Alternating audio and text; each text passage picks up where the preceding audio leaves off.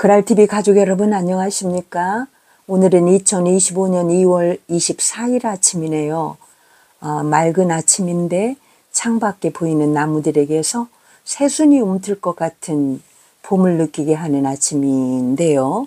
오늘도 최용숙 여사의 일기를 각색해서 만든 박현식의 장편소설 귀래 일기에서 또 한편 보겠습니다. 6.25를 겪으면서 이 최용숙 여사가 일기에 그 모든 것들을 기록해 놨는데 결혼을 하고 그리고 첫 딸을 낳았는데 그 딸 이름이 미옥이지요. 그래서 최용숙이가 미옥이 엄마가 된 거예요. 그래서 미옥엄에 춘노엄에는 어제 아들 낳았다고 하네. 맛동서가 미역발로와 그 얘기를 하네 그려. 미옥이 엄에도 맛있는 것 많이 먹고 기운을 내서 오늘 밤에라도 아들을 쑥 낳아야지.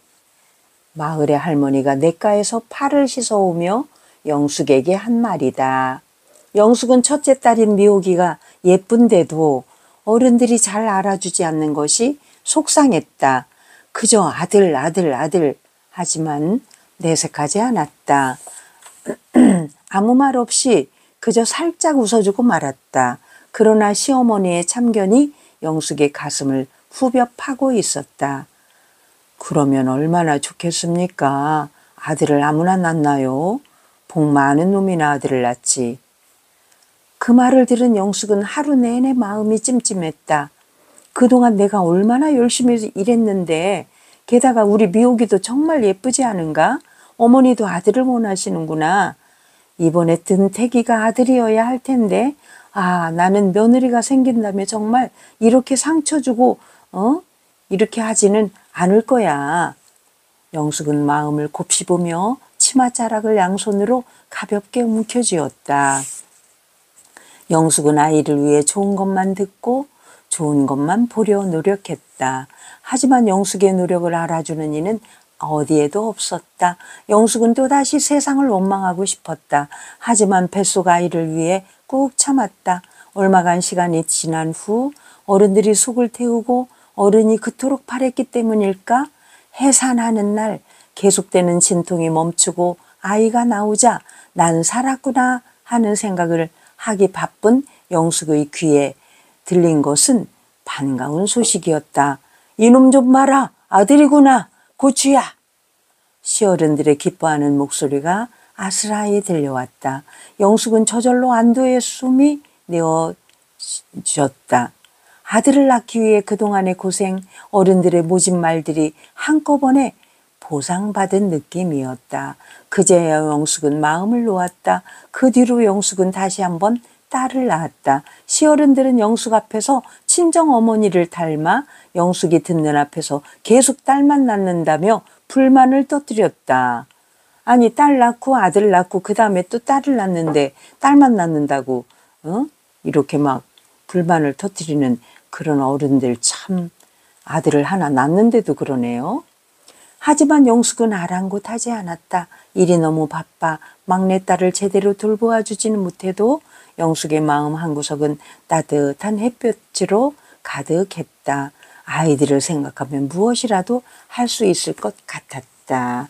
이게 옛날의 어머니죠. 오늘날 어머니들도 물론 모성애는 변하지 않지만 그 옛날에는 너무나 농사일이든 가정일이든 여자가 너무 많은 일을 하면서 살던 시대에 아이들을 돌보지 못하는 그 안타까운 심정으로 어른들은 살았지요. 저도 위로 아들을 낳고 두 번째 딸을 낳는데 시어머니가 오셔서 하시는 말씀이 아이고 딸을 낳을 때도 있지 뭐.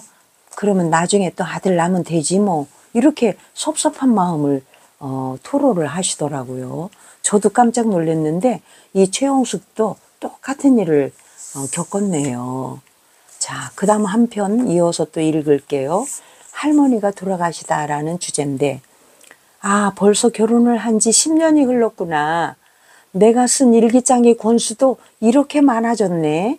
영숙은 괜스레 탁자에 엎드려 옆에 쌓아둔 일기장 권수를 세보았다. 참 많았다. 생각했던 것보다 많았다. 결혼 생활을 하며 힘든 일을 견디고 이겨내 보려고 쓰기 시작한 일기였다. 물론 15살 때부터 일기를 써왔긴 하지만 결혼하고도 이렇게 힘든 생활 속에서도 썼다는 얘기죠. 이렇게 많아지다니 영숙은 자신도 모르게 뿌듯한 마음이 생겼다. 여러분, 자기 일기장이 쌓여 있는 것처럼 부자가 된 느낌은 아마 써본 사람만 느낄 거예요.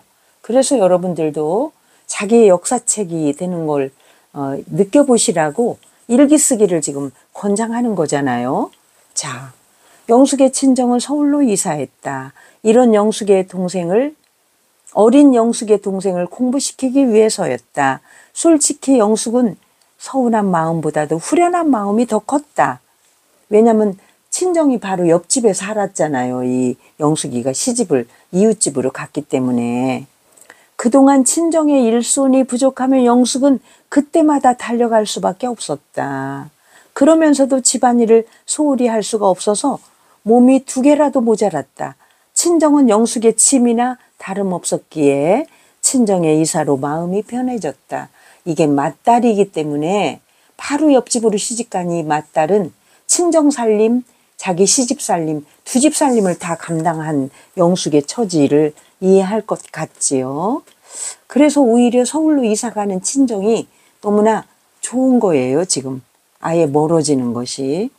하지만 마냥 기쁘지만은 않았다. 당연히 어머니와 어린 동생이 보고 싶었다. 하지만 영숙은 그러려니 한숨을 내쉬고 일기장을 덮었다. 농촌에서 해야 할 일은 너무나도 많았기 때문이었다. 얼른 농사일을 해야겠다. 그래야 어머니도 보고 동생도 보고 친정집을 갈 수 있지. 영숙은 괜스레 일기장에 표지를 쓸어내리며 마음을 다잡았다. 그러나 마음처럼 농사는 금방 끝나지 않았다. 자고 일어나면 영숙을 가장 먼저 반기는 것은 해야 할 많은 일들이었다. 비가 오는 날에도 쉬지 못하고 우비를 쓰고 일을 했다. 농촌은 그렇죠. 비가 오면 비 오는 대로 해야 할 일이 또 있어요. 영숙의 바람이 이루어진 것일까? 농사가 끝나갈 무렵이었다. 아버지의 생신을 쇠로 서울에 갈 수 있게 되었다. 친정집에 가는 거지요. 영숙은 오랜만에 만나게 된 가족들이 반갑고 기뻤다. 동생의 공부가 힘들지는 않은지, 부모님은 건강하신지 유심히 살폈다. 열심히 공부하고 있었구나. 나도 진학을 하고 싶었는데 하지만 나에겐 자식들이 있으니까 그 애들이 나를 대신해 열심히 공부할 수 있도록 내가 노력해야지. 그래, 조금 더 열심히 해서 아이들을 공부시키러 서울로 올려보내야겠다. 영숙은 그렇게 작정하고 할머니를 보았다. 그런데 영숙은 할머니를 보자마자 망치로 뒤통수를 얻어맞은 듯 머리가 멍해졌다. 아득해지는 정신을 붙잡았다. 영숙은 엄마의 거칠어진 손으로 할머니의 주름지고 가냘픈 손을 꼭 쥐어보았다. 할머니가 야위어 있었다. 너와 어린 것들이 얼마나 보고 싶었는지 아느냐? 좀 왔다가 가지. 할머니의 주름진 얼굴에 활짝 피어난 미소가 영숙의 마음을 더 아프게 했다. 영숙은 무거워지는 마음을 내리누르며 고개를 끄덕였다. 할머니는 서울 생활은 익숙하지 못한 것 같았다. 영숙은 그날 밤 할머니가 신경 쓰여 옛날에도 그랬던 것처럼 재미난 이야기로 할머니와 함께 밤을 지새웠다. 그 다음날 할머니는 자리에서 일어나지 못했다. 갑작스러운 일이었다. 한약을 다려 먹어도 계속 끙끙 앓기만 했다. 영숙의 마음도 할머니처럼 앓는 것 같았다. 할머니는 몸이 아파 고통스러워하면서도 애써 자리에서 일어났다. 자신의 치마 속 주머니에서 무언가를 꺼내더니 영숙의 손을 잡아당겨 쥐어주었다. 돈이었다. 내가 시골에 가게 되면 너랑 어린 것들 과자 사다 주려고 한 건데 이제는 시골을 못 갈 것 같아서 주는 거다. 사양하지 말고 받아라. 할머니 마지막 소원이니. 할머니의 얼굴에 핀 미소는 밝지가 않았다. 미소가 점점 바래져 가고 있었고 영숙의 마음은 길을 잃은 아이처럼 불안했다. 할머니가 가장 사랑하던 이 손녀딸은 흐르는 눈물을 참지 못하고 결국 입을 열었다. 할머니, 무슨 말씀이세요? 꼭 오셔서 더 맛있는 거 사주셔야 해요. 약 잘 드시면 꼭 그럴 수 있을 거예요. 영숙은 고향으로 돌아갔다. 하지만 할머니를 위해 긴 편지를 보내는 것밖에 할 수 있는 것은 없었다. 영숙의 일기장에는 점점 할머니에 대한 걱정과 애틋한 사랑이 담긴 글이 많아졌다. 얼마 후 영숙은 일기장 앞에서 충혈된 눈으로 아무것도 쓰지 못했다. 맥없이 얇은 일기장 종이를 팔랑팔랑 넘기기만 했다. 밭에 거름을 내고 고랑을 내며 일할 때 편지가 날아왔다. 할머니가 돌아가셨다는 전보였다. 그래도 써야 해. 영숙은 슬픈 마음을 연필로 꾹꾹 눌러 담으며 일기장에 한자 채워나가기 시작했다. 결국 울음을 터뜨리고 말았지만 일기 쓰는 일을 멈추지 않았다. 쓰는 것만이, 써서 남기는 것만이 할머니를 기억할 수 있는 애도할 방법이라고 생각하고 쓰고 또 썼다. 이렇게 해서 일기를 계속 써가는 거예요. 오늘은 여기까지만 읽겠습니다. 여러분, 일기를 눈물로 쓰는 그 할머니를 생각하는 애도의 일기장, 그 영숙의 마음을 우리가 일기장을 통해서 알 수가 있겠네요. 그랄TV 윤석기였습니다. 감사합니다.